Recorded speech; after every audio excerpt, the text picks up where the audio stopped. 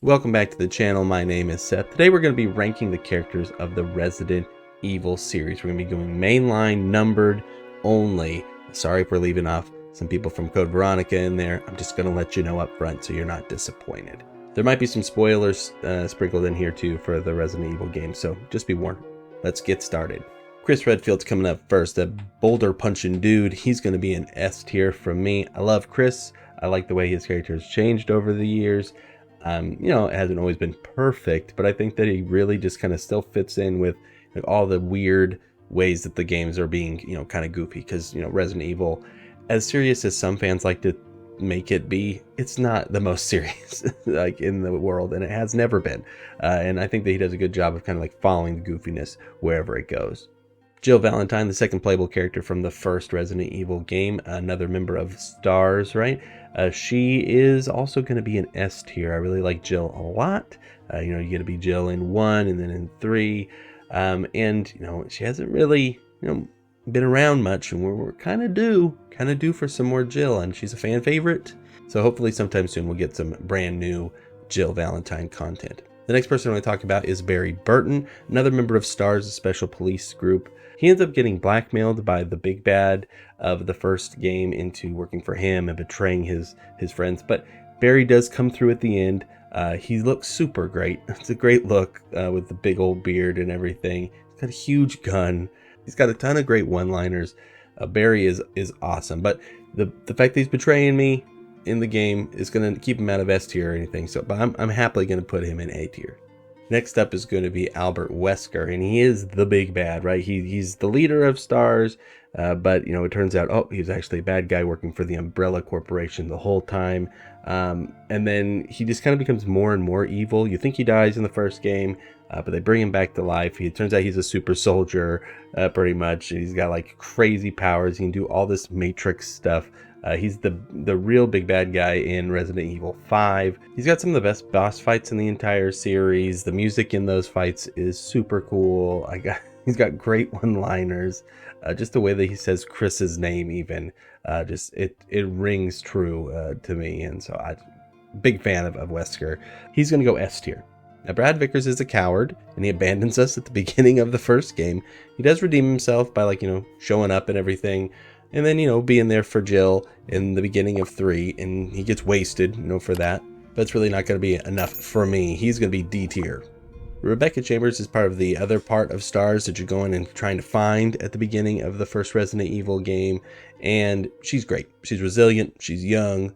She is like a medic, and just really like her as a character. She's just, a fun companion to have going around with you as Chris, and when you're in that mansion. She did end up starring in her own game, later with Resident Evil 0. Not necessarily talking about that game today, but, she got a lot more development than a lot of these, companion characters get. And so for that, I'm going to be putting her in A tier. The last character that was on this tier list that I found for the first game was Lisa Trevor.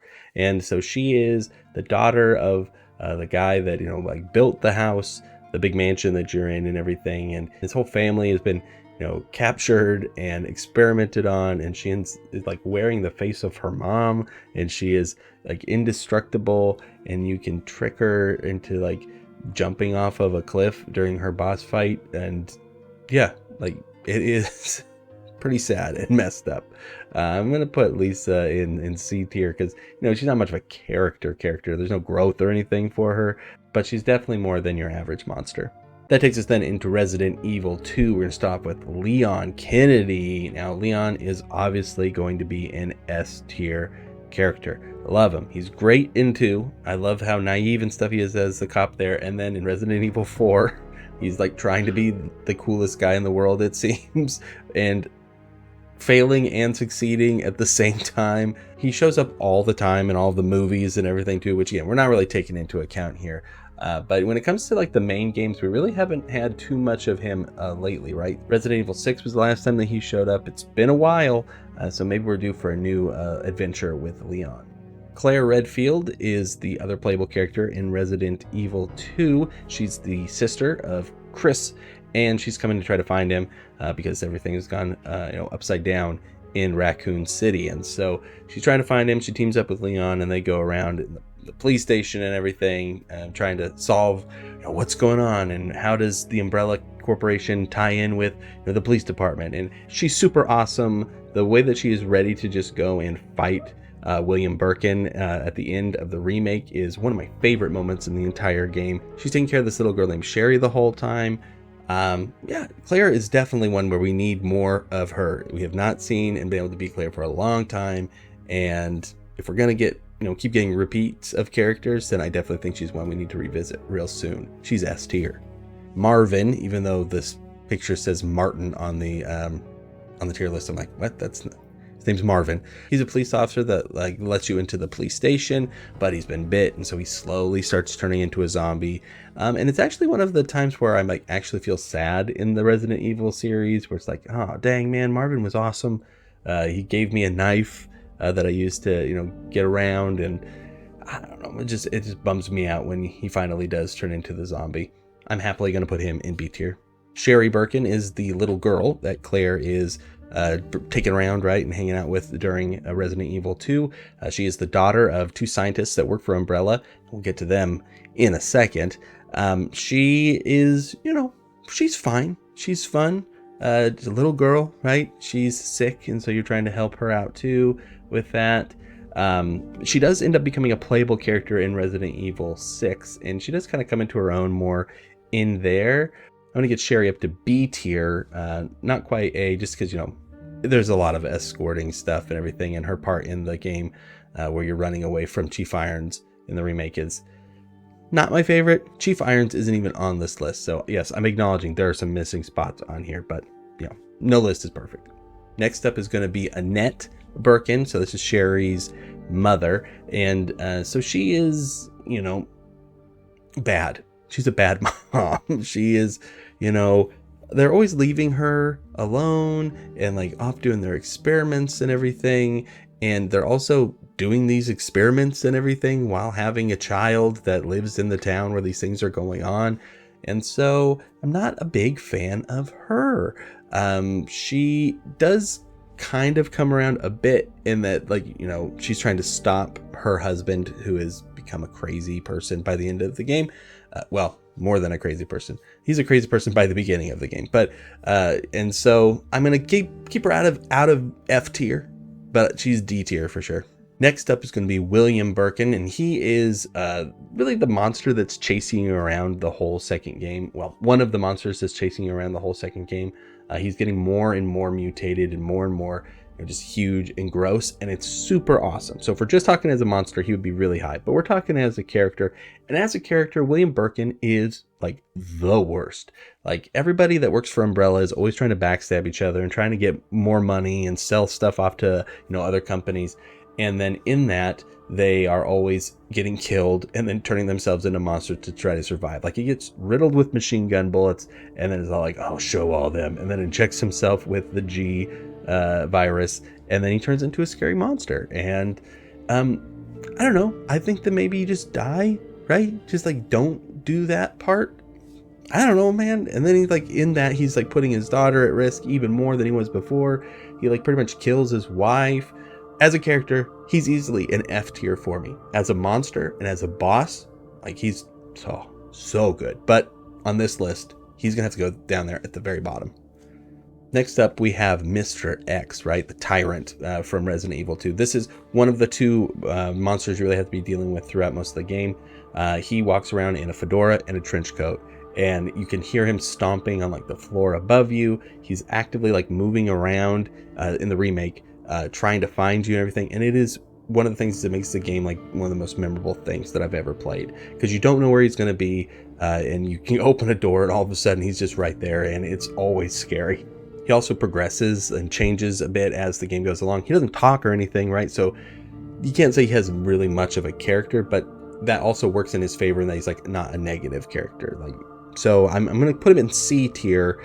Again, if we're just talking as a boss, man, that final form is so awesome. And one of the most satisfying gaming moments I've ever had is using that rocket launcher to kill him at the end. The way the music just plays out and everything with it, it's just so good.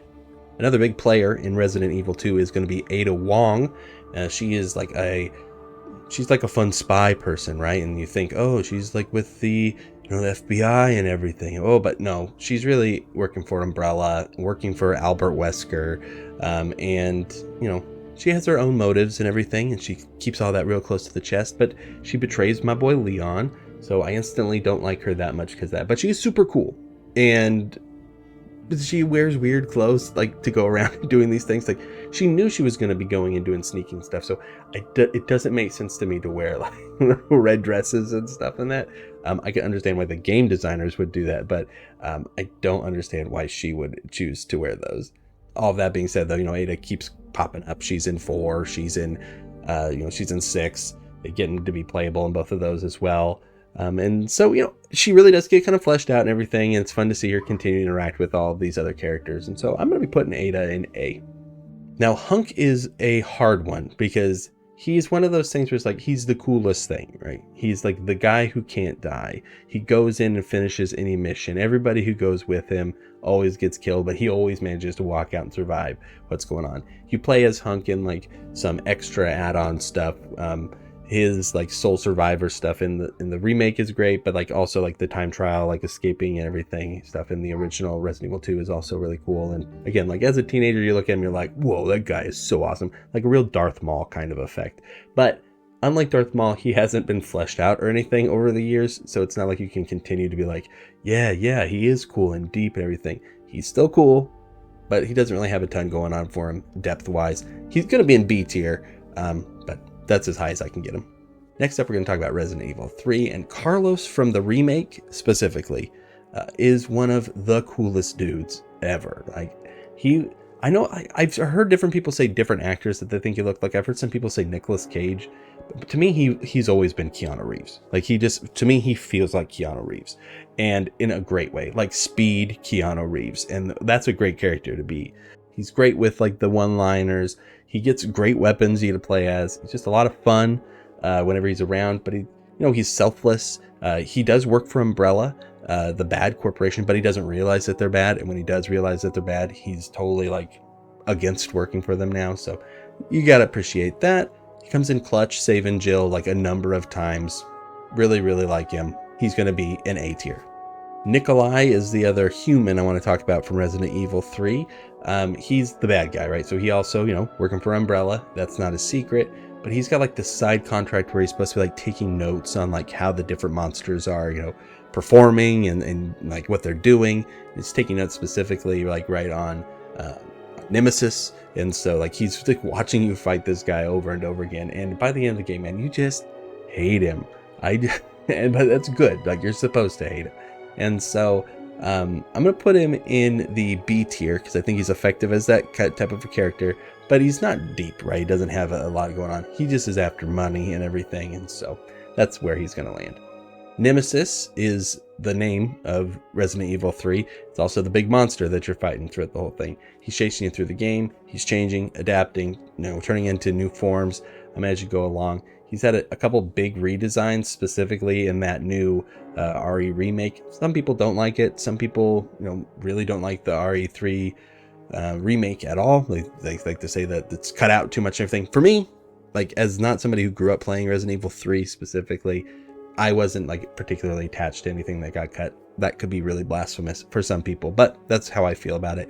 But I do like the Nemesis stuff. I love the Nemesis fight at the end. The big one feels very climactic and very epic, and it's just a really fun fight unless you're playing it on like the hardest difficulties, in which case it's a nightmare. But character wise, there's not much to go off of here. It's a great presence, a great monster, but just like with Mr. X, I'm going to put him in C tier because there's just nothing really to pull him up or pull him down.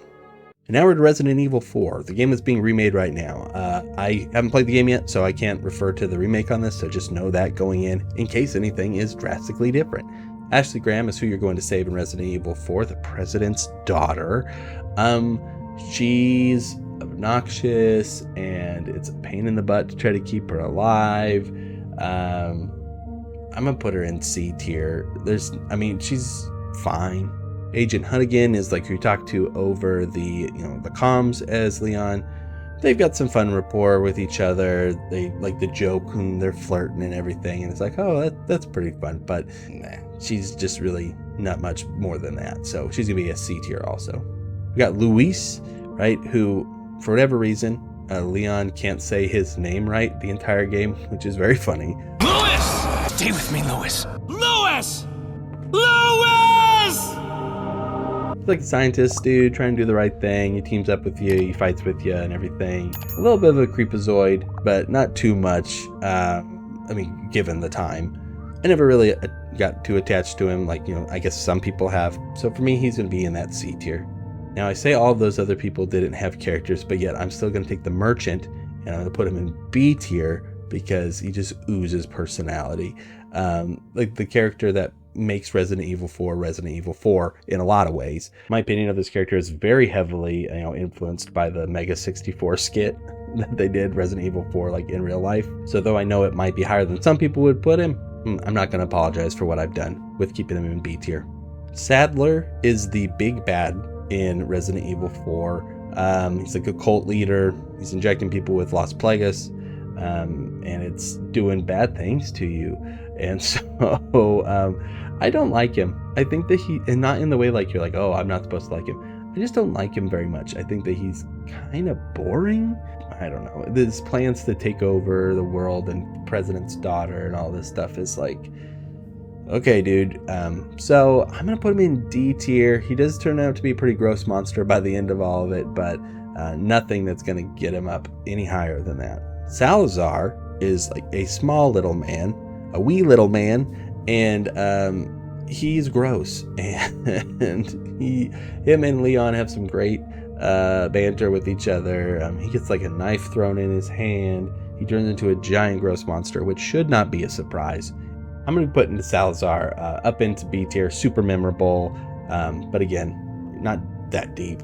Krauser is a guy who used to work with Leon. They were like ex-teammates, and then it turns out, oh, Krauser, I'm pretty sure like Leon thought Krauser was dead even, but it turns out, oh, nope, he's not dead. You're still here, and oh, what's going on? And it's a big mystery and everything. And you fight him and everything. It's got a cool knife fight, except for it is quick time events and everything. He really doesn't really have anything going on for him character-wise either, up or down. I know like one of the rail shooter Resident Evil games, like you do get a whole mission where you can play through as him and Leon, and that's fine. But you know, it's not here and not in the main game. So I'm going to be keeping him in the C tier. Next up, we have Sheva from Resident Evil 5, and she's great. I think that it's a very different environment, right? You're over in Africa. It's not like anything you've done in the Resident Evil games up to that point. Like her and Chris, they have like good chemistry with each other. She's got motivations to stay involved and everything, though by the end of it, it's a little bit weak as to like why it's her and not like Jill doing different things. But whatever. I'm not going to let her bad AI knock down how I feel about her at all. I'm going to put her in B tier. I think it's where she belongs. Xela is a business lady, a bad lady. She's working with Wesker, and she ends up getting turned into a giant monster. For me, she's D tier. She's pretty boring. She's gross though, man. By the time when she's dying, all that Ouroboros stuff is it's nasty. Then we get into Resident Evil 6, and we have 3 characters to really kind of add in here. These are the characters that got teamed up with those like legacy characters, right? This is like the legacy sequel for the Resident Evil series, back before it was the popular thing to do, right? First up, we have Helena. She teams up with Leon. She's like partially responsible for like all of the bad stuff that's going on, and she feels real bad about it, and does get a complete pardon by the end of the game. So good for her, I guess. But again, I'm here to see Leon. She doesn't do anything enough where I start caring about her more than what is going on with Leon. And so for that, I'm going to be putting her down in the D tier. Then in the Chris campaign, you got Pierce. He's teaming up with Chris, and they're going and they're doing these missions together. And he's trying to pull Chris up out of like this depression after he like feels like he got his whole team killed. It's like a kind of fun dynamic they have in there. He does end up sacrificing himself. I'm going to be putting Pierce in C tier. He's not like, he's pretty boring, but you know, he kind of pulls through a little bit at the end where I at least remember him a bit fondly. And then the last character from Resident Evil 6 to mention is going to be Jake, who ends up being Wesker's son. And so, you know, Wesker's been dead at this point. So now we're like, oh, it's his kid. You know, oh, it's weird. It's crazy. He's got like superpowers. But he's one of those characters where he's like trying way too hard to be cool. Maybe he's not trying too hard to be cool, but like the game thinks he's cool, and it's like he's like doing wrestling moves on giant monsters and everything, and it's just, it ain't working for me. And so he's going to be in D tier. With that, we move into Resident Evil 7, where we get a bunch of new characters coming in. So for starters, we have Ethan Winters, your new playable character. In Resident Evil 7, he's really a pretty blank slate. He doesn't do a ton of talking. Mostly what he does is swear when, you know, bad things happen. And you're always kind of like, yeah, that's how I feel too, Ethan. But then you move into 8, and he's got a daughter. He's trying to save everything. He's talking a lot more personality. And I like Ethan. I think that Ethan is actually really good. 2 games in a row getting to play as him is not really anything that had ever happened before in the series, where you just got to really get that continuation right there of one character into the next game. And so I think that really, you know, kind of helped build him up. For me, I want to put Ethan in S tier, and I'm sure there's some people who are going to disagree with that one. Let me know in the comments. I'm happy to hear it. Now in Resident Evil 7, Ethan is going down south to Louisiana to try to save his wife, Mia, who has been missing for years. It turns out, oh, she's still alive. And Mia is complicated because I like Mia, but at the same time, I don't like Mia, because like I like, oh, like in the moment to moment, I'm like, okay, Mia, I like you. But then I take 2 seconds and think back. It's like, oh, but you were like working for this big organization who is like developing this really weird bioweapon, and you're really responsible for all of this stuff. You and your partner, and you messed up and you didn't do your job, and you got all these people killed, and then you just kind of got to go and just like be like happily ever after. And I don't necessarily like that very much. D tier. Then we have the family. We got Jack Baker. He is one of the best villains in a video game, I think, ever. So memorable. And so tragic at the same time. Like, you get such a good scene with him when you're like near the end of the game. You're kind of like in this hypnotic, like weird state, and you're getting to talk with like the real dude, and he is just really sharing all of like his feelings about everything, and he's just really conflicted, and all of that is great. But then also when he's a monster, everything, he is insane and saying like the craziest stuff. You like blow him in half and he's still walking around. He's a giant monster the size of the house at one point. He turns into like Swamp Thing, and you got to fist fight him like as his brother in some DLC. Jack's gonna get way up there. I really like him, especially for just showing up in one game. Super cool. A tier.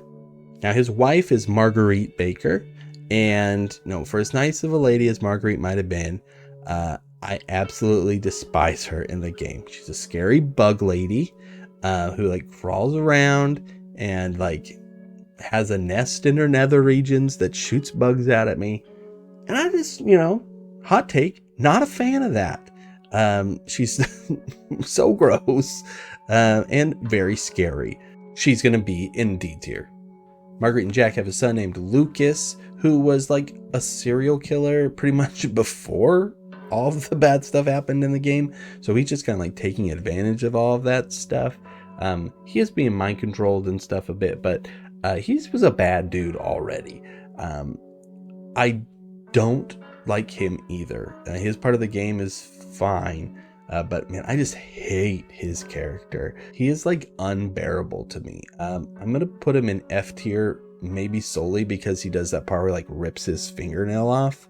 Lucas has a sister named Zoe who helps you out throughout the game. She's the one that is kind of like, hey, go here, do this. This is what you need. Blah, blah, blah, blah, blah. And you're like, okay, cool. And I like her for that. She's helpful and everything. And this is going to sound bad, but like she's really whiny though when I don't give her the antidote. Like, what's the deal with that? You do luckily like still get to save her canon wise in some DLC. But when it comes to like the game itself and everything, I don't know. Like she's fine, but I'm not going to get her very high. I'm going to put her on C tier. And then closing out Resident Evil 7 is Evelyn. And so Evelyn is, what is Evelyn? She's a little girl who is, part of this program where she's like this weird monster thing that ages super fast, and she vomits out this black gunk that turns people into molded monsters. Again, I feel bad for her because, right, she's like a little kid who just wants a family, but at the same time, I'm like, you're evil and we have to stop you. She's real creepy in her like little kid combat boots and little black dress, and she's popping up everywhere. But even scarier is the grandma, right? There's a part you're crawling under the house. It doesn't even have to happen, but like the grandma will be under the house in her wheelchair, and you're like, what the heck? This is the most I jumped, I think, in any Resident Evil game, was when I turned and saw that she was there. Grandma Evelyn is going to keep her out of F tier and put her into D tier. And then that's going to bring us into Resident Evil 8 Village. We'll start with the Duke. The Duke is the merchant, right, for this game. He's a big dude, right? And he knows everything, it feels like. He's very in the know on what is going on, who is connected to what you need to be doing. It's all very suspicious. It doesn't really end up paying off at all. And so that's kind of like, eh. But he is super funny. He does sell you all the guns that you need. Great scenes between him and Ethan as well. And so I think I'm going to be putting him in the B tier. Now there's a lot of bad guys in Village. And so we're going to start off with the big one. That's Mother Miranda. And she is super old. She has been trying to bring back her daughter for a long time, who got sick and died. And it turns out like really the whole series is like tied back to this lady. There's notes that connect her to the Umbrella Corporation as it was getting started and all kinds of stuff. And so that doesn't make her feel more important to me. Like that kind of retcon stuff never really plays well for me, to just be like, and also they're important. So she's a pain in the butt to fight. Also, she's transforming everything. She can turn and look like anybody, which is also always a cheap trick. Kind of realizing that she is essentially like Roman from the Scream series, but like in Resident Evil. I'm going to be sticking Mother Miranda in C tier. Again, nothing that really elevates her, but she's not necessarily bad. Yeah, Lady Dimitrescu. She's like a big vampire lady. If you were on the internet, when this game was coming out, you saw stuff and memes about her. She's like 8 feet tall. She's got razor hands, and she's pretty scary and everything. I like the monster form of her. That's pretty cool. And she is good as a presence in the game too. She's not in it super long, and really you can't dwell in one place too long in this game because it does keep moving. But I don't know. I didn't feel like she needed to be any more than what she was. I think that she definitely left you wanting more, and I think it's good for characters to do that. Don't play it out till I'm tired of it. Leave it on a high note. And I think that they do that really well with her. I'm going to give her A tier. So she has 3 underlings that are called the Daughters. And they are also like vampires, but they're like bug people. And so they're kind of creepy. They want to eat you, everything. Their fights are okay. Not a lot going on there for them. They'll be C tier. Heisenberg is part of this group of people as well that is working with Mother Miranda. She's given 4 people these gifts, and one of them is him, and he can like control metal and everything. He hates like everybody pretty much. He especially hates Miranda. He hates Lady D, and he is wanting to go out and like take over the world with a giant metal army, which he is creating. The factory part of this game, the first time I played through it, was not my favorite. I do enjoy it on replays. It's not nearly as confusing as like I thought it was when I was going through the first time. It's not as much of a maze. He does there's a lot of cool stuff in his part of the game. He is really fleshed out, like when it comes to his motivations and everything, like more complex than some of the lower tiered people that I've had on here. But it's really just boilerplate Resident Evil stuff. Like oh, the big boss, I actually don't like them. I want to betray them and do what I want to do because I'm the bad guy. It's nothing necessarily new, but it's all fun to watch. A tier. Now, Moreau is a fish guy. He is, I don't know, kind of like my favorite to hear, like talking everything. He's so sad and pathetic, and it's just very funny to me. Uh, I just like him a lot. He's only gonna get up to B tier though, because he doesn't get a lot of development and everything. It's not like with Lady D and Heisenberg, where there's complex motivations or anything, or like questioning their loyalty or anything. He is very much just like groveling for Mother Miranda and wants to do anything he can to make her happy. And so it's not quite as interesting, but definitely enjoy every time he's on screen. I know not everybody feels that way, but I just think he's a lot of fun. He's B tier. And then the last of the four lords is Donna Benevento. I think I'm saying that right. But she has like the little doll that is all crazy, and she really just kind of plays mind games with you. I'm gonna be putting her in B tier also. Again, very enjoyable every scene her and Angie are in. Angie's like the doll, and I'm always happy to be doing that part of the game. Really, that's the real scary part of the game. But it's not, again, like, she's got development. If you go and find all the files and everything, sure, you can find these things. But when you're just playing the game, there's not a ton going on with her there. And so, then again, B tier is nothing to be ashamed of. Like, she's really cool. And then canon-wise, the last character we've played as and really seen is Rose, the little baby from the game, who, when she grows up, you play as her in some DLC. If I'm only counting, like, if I was just counting her as a baby, she'd have to be pretty low. But in that DLC, she gets some really good development. You get some really cool relationship building stuff. Like, that's one thing I wouldn't want to spoil, but that DLC was actually surprisingly good in the amount of scares that it had, in the combat, and how it was kind of different. And then the story was, not unexpected, but they pulled it off in a way that felt good. So I'll put her in the B tier also, with potential to grow, right? Maybe eventually down the line we get to see her again, and I think that could be cool. And there we go. There's my Resident Evil character tier list. Let me know what you think down in the comments below. Who's your favorite Resident Evil character all time? That's what I'm interested in. Also, if you have any ideas for future tier lists, hey, let me know. I might do your idea in a future video. Thanks so much for stopping by. I look forward to seeing you next time. Until then, you take care, and I will see you later. Bye.